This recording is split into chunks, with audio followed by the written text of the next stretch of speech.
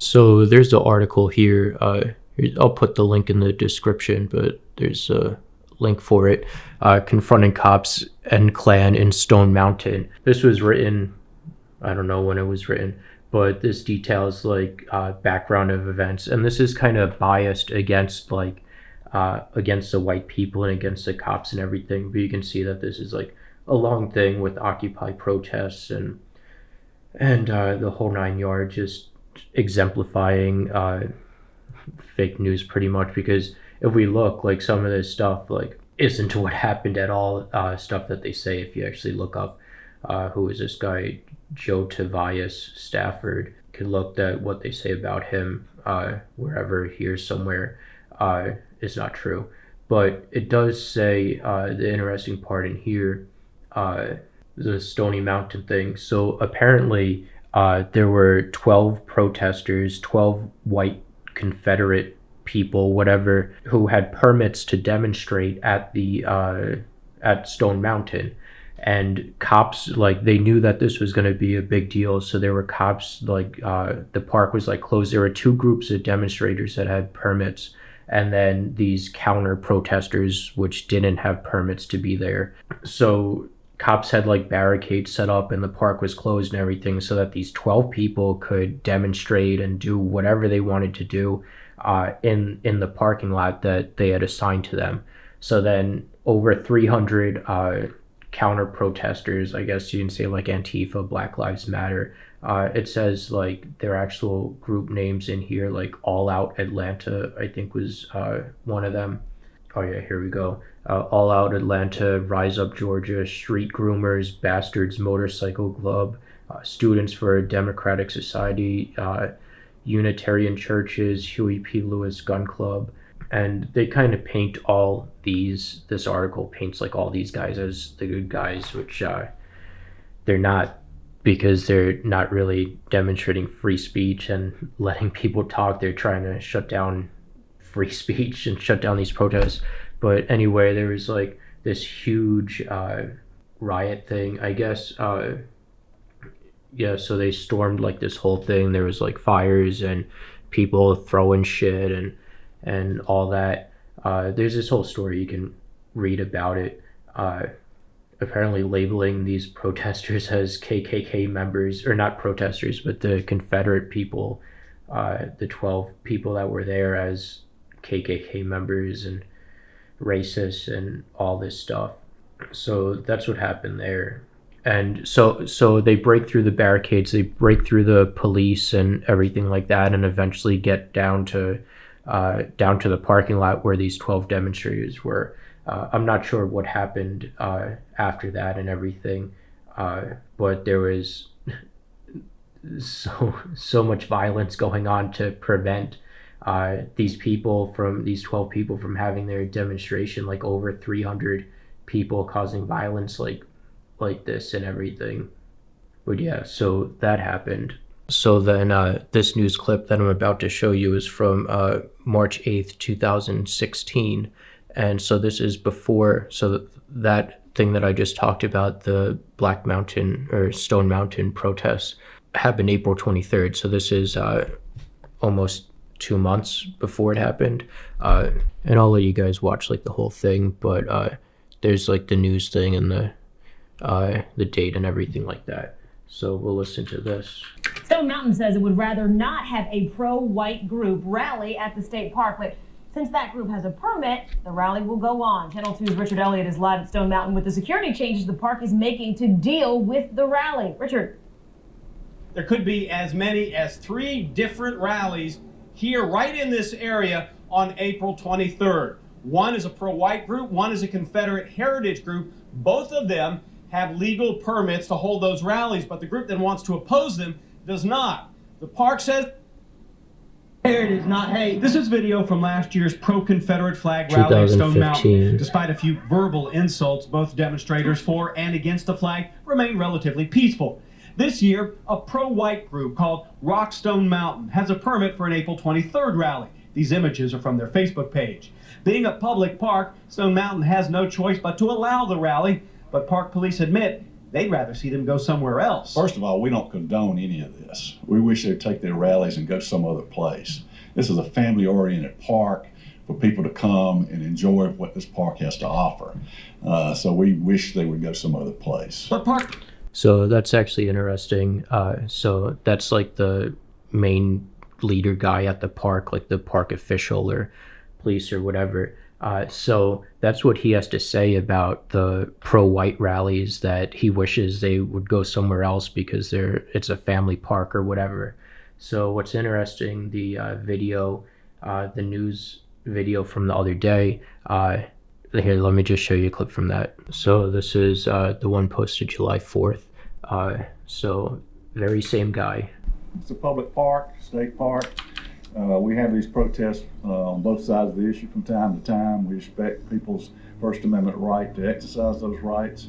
We understand the sensitivities of the issue here at the park and the dark paths, so we respect that and allow them to come in. As long as it's peaceful, which it has been, then that's fine. So the only reason it's peaceful is because these white protesters or demonstrators were not allowed to be there. Frankly, they were scared from last time what happened in 2016. That's why they weren't there. So that's why it was peaceful. But now this guy is condoning all these people there, militia with guns and everything. Crazy, just like how flippy floppy and backtracky he is and what he said 3 years prior, 4 years prior. But we'll continue with the other video. Police spokesman John Bankhead says they will be ready for whatever happens April 23rd. They plan on bringing in extra security to help keep all the demonstrators away from each other. Bankhead also says the pro-white and Confederate heritage groups have permits to hold their rallies, but the group opposing them, called All Out Atlanta, does not. Marlon. So I wonder if the group of black militia that demonstrated yesterday on Independence Day had permits for their rally that they held. That wasn't mentioned anywhere that I saw. Couts is the designated spokesperson for that group. He says they feel they have to confront white supremacist groups. White supremacy is coming out of the woodwork in our society, and we can't ignore that anymore. We need to confront it and shut it down. Yeah, so confront it and shut it down. So no free speech, don't believe in free speech, don't even let these people talk about their beliefs. And this is why it upsets me that I can't find any KKK material or speeches or anything to make up my own mind on if they're actually racist or anything like that, because all of their writings and material were deleted. So I can only go by third parties of what third parties say, like, oh, KKK is racist, but that's all you hear. So it's kind of like ingrained in your mind. You don't actually get to make up your mind for yourself. Mountain Police say if that group does try to come out here and rally without a legal permit, then they'll have to deal with it. We're live at Stone Mountain. Richard Elliott, Channel 2 Action News. Yeah, so that was almost 2 months before, so now let's take a look at what actually happened that day. And yeah, if you actually want to have free speech and believe in free speech, you'll let people talk and you'll resolve it by debate and talking about it and everything. That's why like my YouTube channel is open to anyone can call in. On Sundays I have dedicated time to talking to people, and I'll post whatever you say in full on my YouTube channel. It's no problem, but we have to like actually talk and have conversations and debate it. And that's also why I don't and have never in the history of my channel deleted any comments, even though some of them are quite ridiculous and quite racist and all that. It's ridiculous, but sorry, I was just looking at one of my cameras. But yeah, that's why like I've never done anything like that. But yeah, you never see like white people going to black protests and protesting them and stopping them from what they're doing and what they're saying and all that stuff. Like white people actually believe in free speech and let free speech happen, but somehow white people have demonstrations or rallies that they have to be shut down. So anyway, here's the next video, and this is 24th, so the day after it happened. And good evening, I'm Dave Huddleston. Wendy and Matt have the night off. Law enforcement separated two groups at Stone Mountain, the White Power Rally and the counter protests. Both got intense and violent.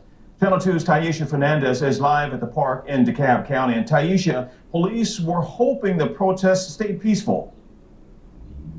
Dave, they didn't get what they hoped for. I spoke to one Stone Mountain Park police official. He said at one point the protesters were throwing rocks at him. Meanwhile, there were several people here at this end of the park enjoying the mountain. They had no idea about the violence taking place nearby. Police arrested 8 protesters who showed up to Stone Mountain Park against this pro-white power rally. You spit on me? No, Saturday afternoon, police suited up in protective gear, holding their high-power weapons. They had to control 3 different fights on Robert E. Lee Boulevard. News Chopper 2 shows the white power rally. Only about a dozen people were spreading their message. Police kept this group of 300 protesters away from the small group waving their Confederate flags. Anytime that there's a white supremacist attempt to, promote their horrible views, there need to be people out in opposition. They want to erase our history because they want to erase us. Tom, why call it a pro-white rally? It is a pro-white rally. Heritage has everything to do with race.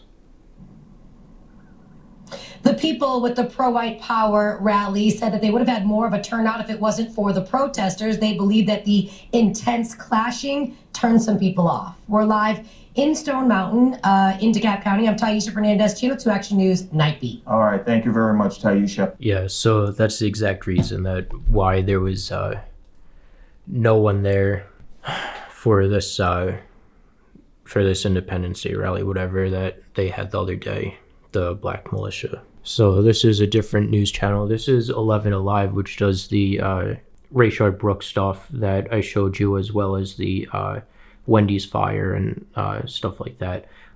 It's like a Georgia news station. So You solemnly swear to protect the black nation. To protect the black nation.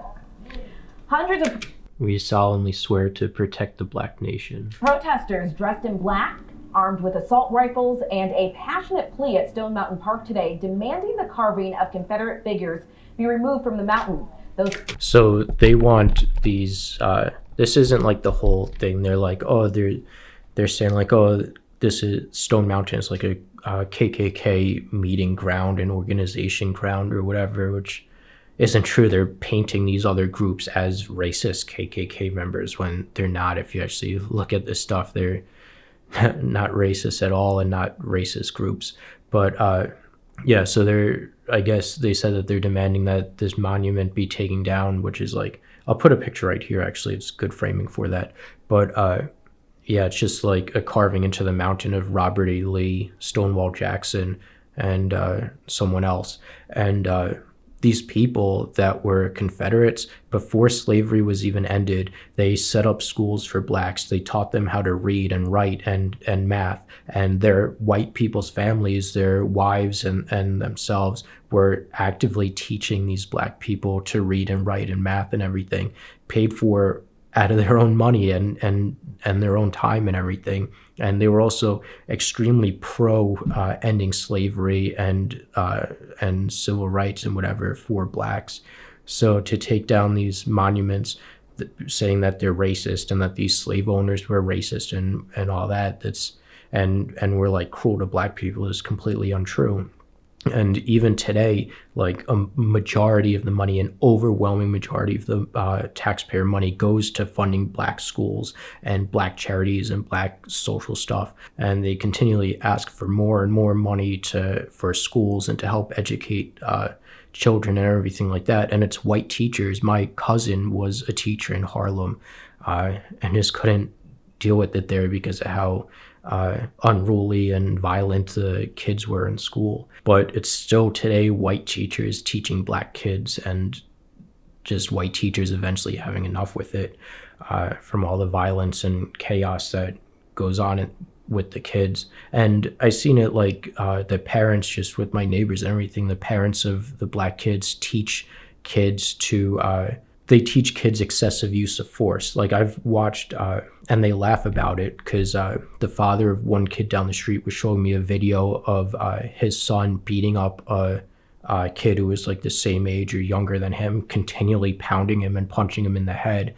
And they think it's like justified, but like say that this kid was making fun of him or whatever, like you use the appropriate amount of force to defend yourself, and then once the job is complete, then you're done. Like so there's a church parking lot down the street from me that I would play with all the kids in and everything, and there was a white woman there who was like saying like, oh, don't go in the parking lot, and yelling at all the kids and everything like that. And I stood up to them, and she's saying like, oh, I know the people at the church, they're my relatives and whatever. And I'm like, no, I know them. The guy's name is Sam. We can talk to him on Monday if you want. And like I stood up to her, and then she eventually shut up and let us play in the parking lot. We were playing hockey, just like passing the ball around, which is good because you don't want the kids to play in the street, so the parking lot is fine, you know. It's completely empty parking lot, but she just wasn't having it. Which I don't really condone that, because then it just makes black people see white people as racist, and they just justify that as, oh, white people are racist and whatever. So you don't really want to show that. But yeah, then the kids kept like yelling at her and whatever. And I'm like, I told the kids, I'm like, stop, it's done. Like, we can play in the park, that's it. And I had to like call the kids off, which like, since I had like so much trust built up with them and whatever, they listened to me and all that to stop like yelling at her and continuing with the insults and all that. But yeah, I kind of went off on a tangent there, but black people definitely teach their children like excessive uses of force, and they justify that. So yeah, let's just get back to this video. Figures include Jefferson Davis, Robert E. Lee, and Stonewall Jackson. And although some called it an alarming sight, park police tell us they had no issues with that gathering. Jay Clyburn joins us live from the park. So no issues with that gathering because they were there armed and threatening white people. So if any white people showed up, there's going to be violence against them if any white people spoke out and all that. So that's the whole reason that it was peaceful, because counter protesters or demonstrators weren't allowed to be there. They were threatened with force if they showed up, and with the 2016 thing. With the latest. Jay? Hey, good evening. It's been an interesting Independence Day here at Stone Mountain, an area which usually sees about 4 million visitors each year, partially because of this unique monument behind me, a Confederate monument at that. And take a look at the video from earlier this afternoon. There were not originally many people here today. The park actually just reopened after closing for COVID-19. But this afternoon, more than 100 people showed up right here protesting the monument, which is one of the largest of its type in the country.